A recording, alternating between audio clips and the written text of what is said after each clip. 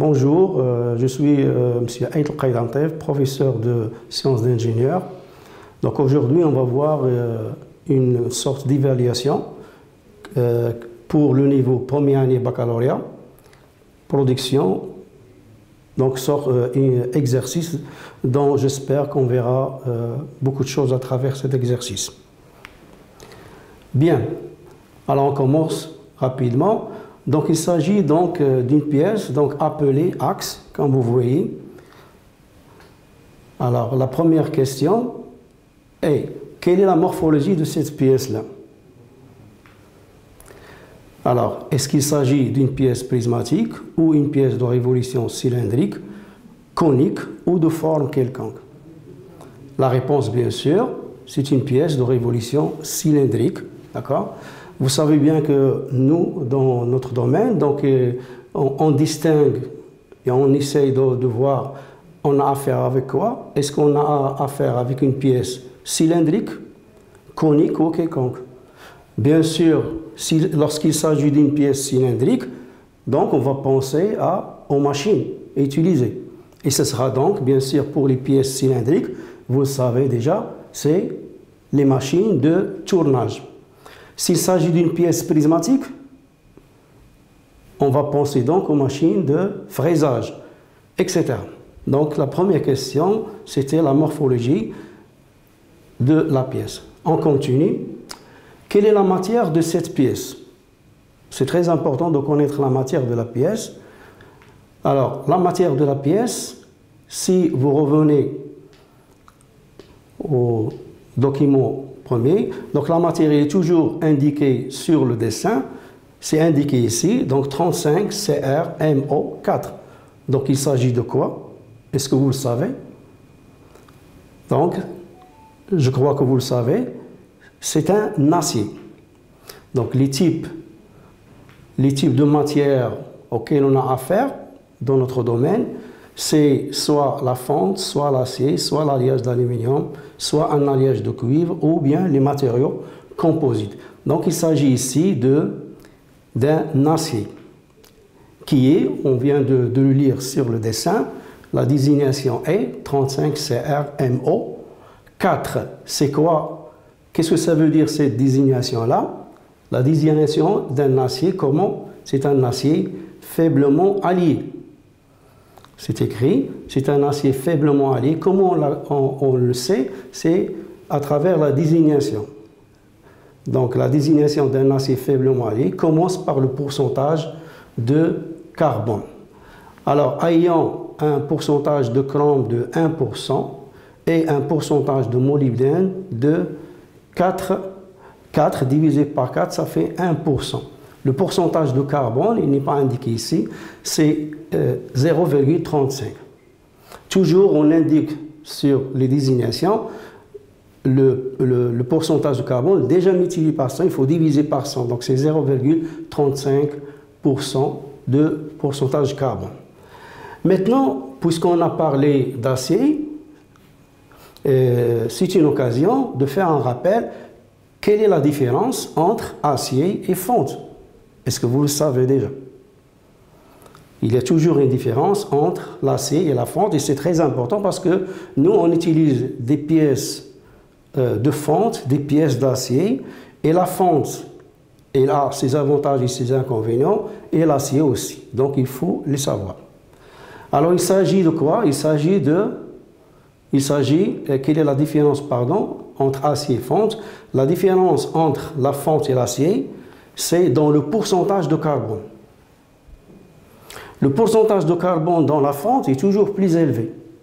D'ailleurs, c'est l'inconvénient de la fonte.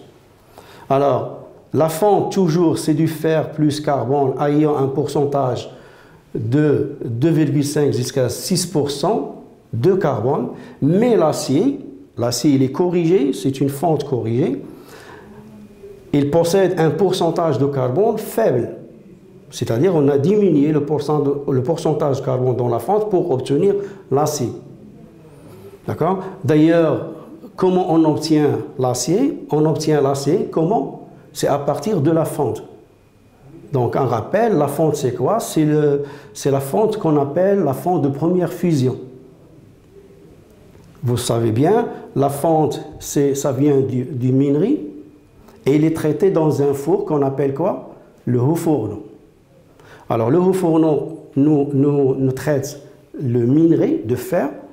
Vous savez bien le minerai avec tous ses déchets, donc il est traité dans le haut-fourneau. Alors à la sortie du haut-fourneau, on obtient quoi? On obtient la fonte. Alors cette fonte-là, elle est utilisée, d'accord? Mais il possède un pourcentage de carbone très élevé, ce qui nous pose un problème. Le pourcentage de carbone, il pose un problème.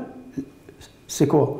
Le problème, c'est qu'il donne à la fonte une faible résistance au choc. Et ça, c'est un problème pour certaines pièces. Vous savez, dans un ensemble, il y a des pièces qui doivent donc avoir une grande résistance au choc et d'autres dont la résistance au choc est moyenne ou acceptée. Donc la fonte, elle est très utilisée, facile à mouler, mais il possède quoi? Une faible résistance au choc, la résilience K. Alors, si on veut donc un matériau ayant une meilleure résistance au choc et par la suite des caractéristiques mécaniques meilleures, parce que les caractéristiques mécaniques, ils sont nombreux. Vous avez la dureté, la résistance à l'usure, la résilience K, la ténacité, etc. Il en a beaucoup. Alors, en résumé, c'est lorsqu'on corrige le pourcentage de carbone, on obtient donc un autre matériau qu'on appelle l'acier, avec des caractéristiques mécaniques meilleures. C'est ça donc la différence entre la fonte et l'acier. Donc l'acier, il est meilleur que la fonte, mais l'acier, c'est une fonte qu'on appelle d'ailleurs une fonte de deuxième fusion.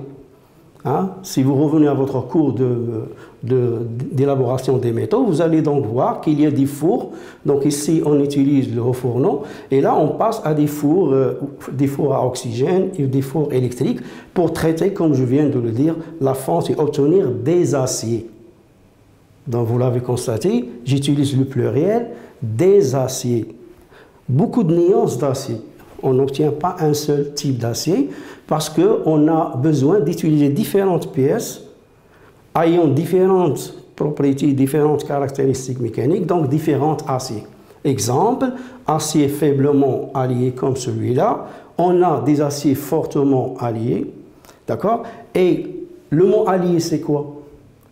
Le mot allié, il a un rapport avec ces éléments-là, c'est-à-dire les éléments qu'on ajoute à ce matériau, et ils sont beaucoup, donc chrome, molybdène, nickel et autres. Alors, pour vous donner une idée rapide, donc le but, on veut obtenir des aciers différents avec des caractéristiques mécaniques différentes. C'est clair? Alors, on joue sur le pourcentage de carbone et quoi encore? Et sur le pourcentage et le type des éléments d'addition. Donc, ces éléments d'addition, ils sont très importants. Je vous invite donc à voir votre cours d'élaboration des métaux. Maintenant, vous avez au moins une idée. Le minimum de choses, c'est de connaître la différence entre fonte et acier. Donc, voilà. On continue. Question suivante. Là, je vous ai présenté quelques exemples de ces matériaux. Donc, la fonte qu'on utilise donc pour des pièces ordinaires, son avantage, c'est qu'il est facile à mouler. Donc, il nous permet de mouler des pièces et qui vont revenir avec un prix moins cher. D'accord? Et les pièces volumineuses,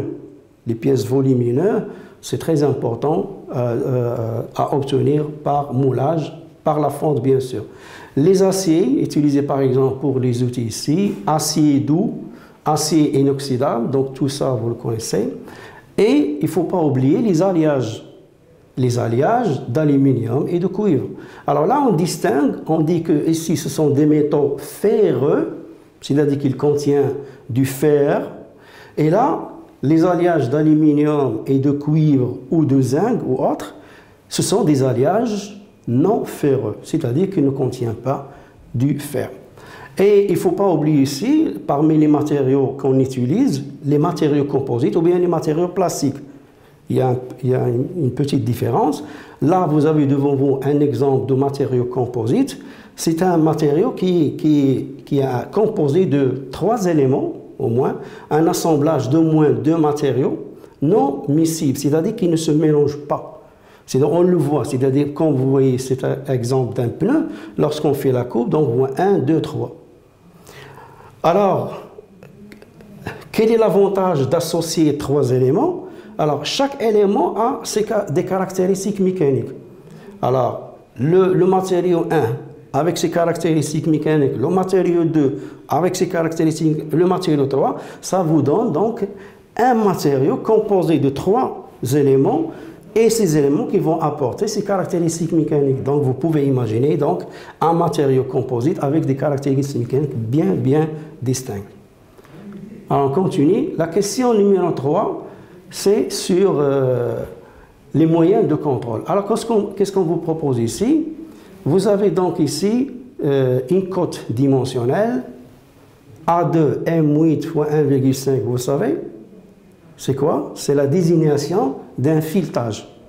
Donc le filetage, il est désigné comme ça, M8, diamètre nominal, fois le pas, 1,5. Et là, c'est quoi? C'est la cylindricité. Alors, on vous demande de proposer des moyens de contrôle.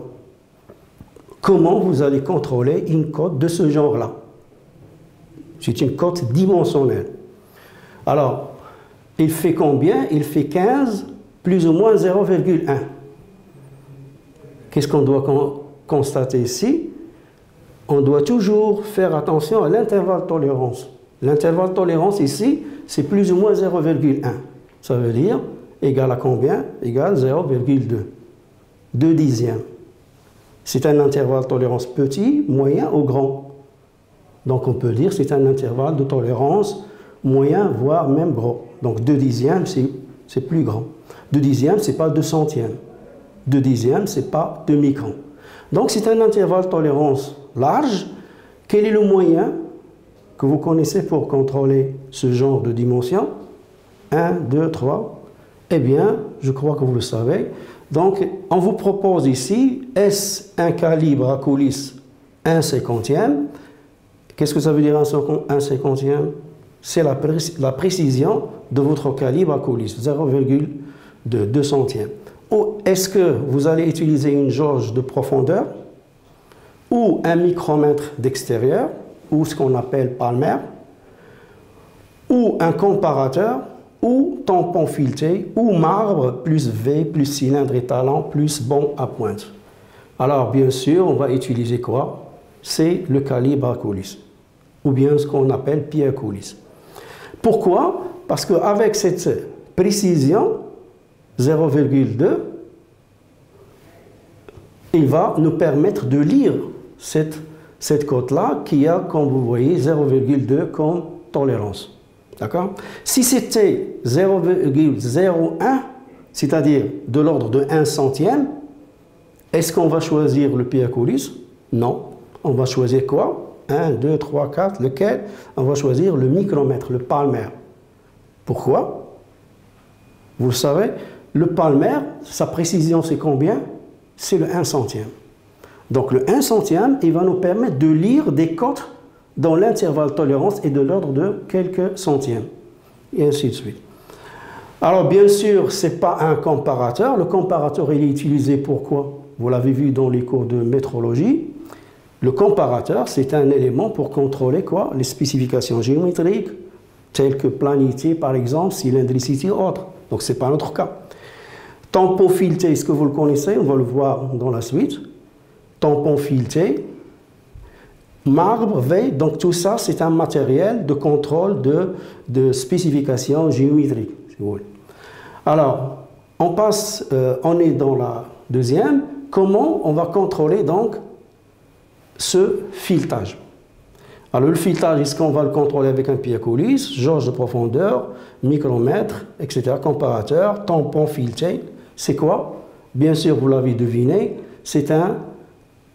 Alors le calibre à coulisse, je vous ai mis cette page-là, je l'ai oublié, je m'excuse. Un rappel d'un pied à coulisse qui se compose de 2 becs, bec fixe, bec mobile, et la règle qui est graduée de 2 centièmes. Donc, la deuxième question, ou bien la deuxième spécification que nous avons, c'est le contrôle de filetage. Alors, on va le contrôler avec quoi? Avec un tampon fileté. Donc, le tampon fileté, est-ce que vous le connaissez? Donc, je vous ai mis ici quelques photos ici. Donc, le tampon fileté ici, donc entre ou n'entre pas. Donc, c'est avec celui-là qu'on va contrôler les taraudages. Pardon? Et pour les filetages, on va contrôler ça avec ce qu'on appelle les bagues filetées. D'accord? Parce qu'ici, il s'agit d'un taraudage A2 M8 x 1,5. On peut le voir sur le dessin. On peut donc revenir. Donc, on est ici sur D7. On revient au dessin, si vous voulez, rapidement.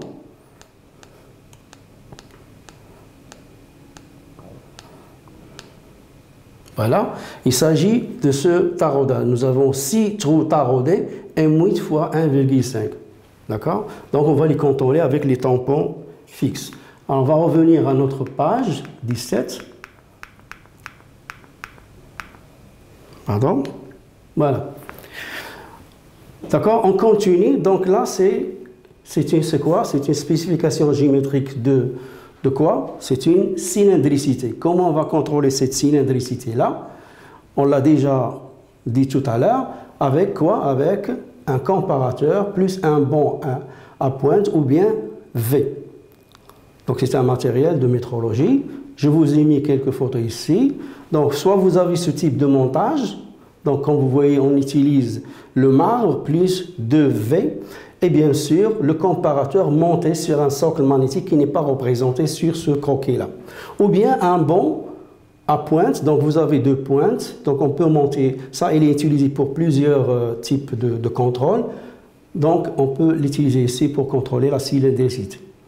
D'accord? On continue toujours. Une autre question aussi sur les significations et les types de tolérance. Alors, on vous propose ici 3 types de tolérance. À vous de donner la signification et le type de tolérance. Alors, la première, c'est quoi? La deuxième et la troisième. Je suis sûr que vous les avez reconnus. Alors, il s'agit bien de la perpendicularité, la symétrie et la cylindricité. Maintenant, il ne suffit pas de connaître les noms de ce type de défauts, mais il faut les classer par type. Attention, donc faites toujours attention à les distinguer. Donc la perpendicularité, est-ce une spécification d'orientation, position ou de forme? Donc, c'est quoi? C'est une orientation. Donc ici, la perpendicularité, c'est une orientation, position, forme. Donc je vous ai mis un tableau pour rappel. Donc les spécifications de position, donc vous avez la coaxialité, donc une position de diamètre, donc coaxial, même axe. La symétrie, la localisation, il est très utilisé, surtout pour le perçage. On vous donne toujours sur le dessin la localisation. C'est-à-dire où vous allez percer sur les 2 plans, 2 côtes sur 2 plans différents. Ou bien des tolérances de forme, donc on vient de voir la cylindricité. La cylindricité, à côté on trouve toujours la circularité, la rectitude et les autres. Ou bien des tolérances de quoi? D'orientation qui positionnent les surfaces par rapport aux autres. Soit vous avez 2 surfaces parallèles entre eux, soit vous avez des surfaces perpendiculaires, soit vous avez une position, ce qu'on appelle inclinaison, ou bien ce qu'on appelle aussi une position angulaire, c'est-à-dire vous avez un angle entre 2 surfaces. On continue. La question numéro 5. Alors là, on vous demande donc de donner la machine et l'outil pour réaliser le taraudage dont on vient de parler tout à l'heure. Notre taraudage de M8 x 1, non, c'est l'autre, je crois. C'est bien celui-là? Moins. Donc, pour réaliser ce taraudage de M8 x 1,5, comment? Quelle machine? Quel outil? Donc, vous avez ici un choix de machine. Est-ce que vous allez le réaliser sur une fraiseuse horizontale ou verticale, ou sur une perceuse taraudeuse, ou sur un tour parallèle? les outils que vous allez utiliser. Est-ce que vous allez utiliser une fraise de taille, forêt de diamètre 6,5, alésoir machine ou un tarot de M8 x 1,5. Alors, je suis sûr que vous l'avez deviné. Donc, on ne va pas choisir une fraiseuse. On ne réalise pas les filetages, les taraudages sur, à moins qu'on a sur des montages pour des cas particuliers. Mais ici, lorsqu'on vous propose des machines, ce qu'on appelle par exemple parc machine, si vous avez perceuse taraudage, vous allez donc pas choisir les autres. D'accord? Donc, perceuse taraudeuse, il fait du perçage et du taraudage. Et pour les outils, il faut donc un forêt de diamètre 6,5 et un tarot M8. D'accord? Ça, ce n'est pas pour le taraudage. Alésoir machine, c'est pour obtenir des alisages. Seulement, pourquoi on a besoin d'un forêt de diamètre 6? Est-ce que vous le savez? Pour réaliser un taraudage, on réalise ce qu'on appelle un avant-trou. Il y a le perçage. Donc, je vous ai mis un petit rappel ici. Donc, vous voyez sur ce croquis-là, pour réaliser un taraudage, donc on ne vient pas tarauder directement, non, on prépare l'avant-trou, c'est-à-dire je fais un perçage, je peux réaliser un chanfrein pour faciliter l'introduction ou l'entrée de l'outil, le tarot, et ensuite je réalise mon taraudage sur la profondeur demandée. Et bien sûr, vous avez des tarots de différents types, des tarots à gaugure hélicoïdale à gauche, à droite ou autre. Vous savez qu'on a des filets à droite ou à gauche. Donc ce sont deux types de filets qu'on rencontre. Bien, donc c'est bon pour cette séance-là. On continue, Inch'Allah, dans la séance prochaine. Merci.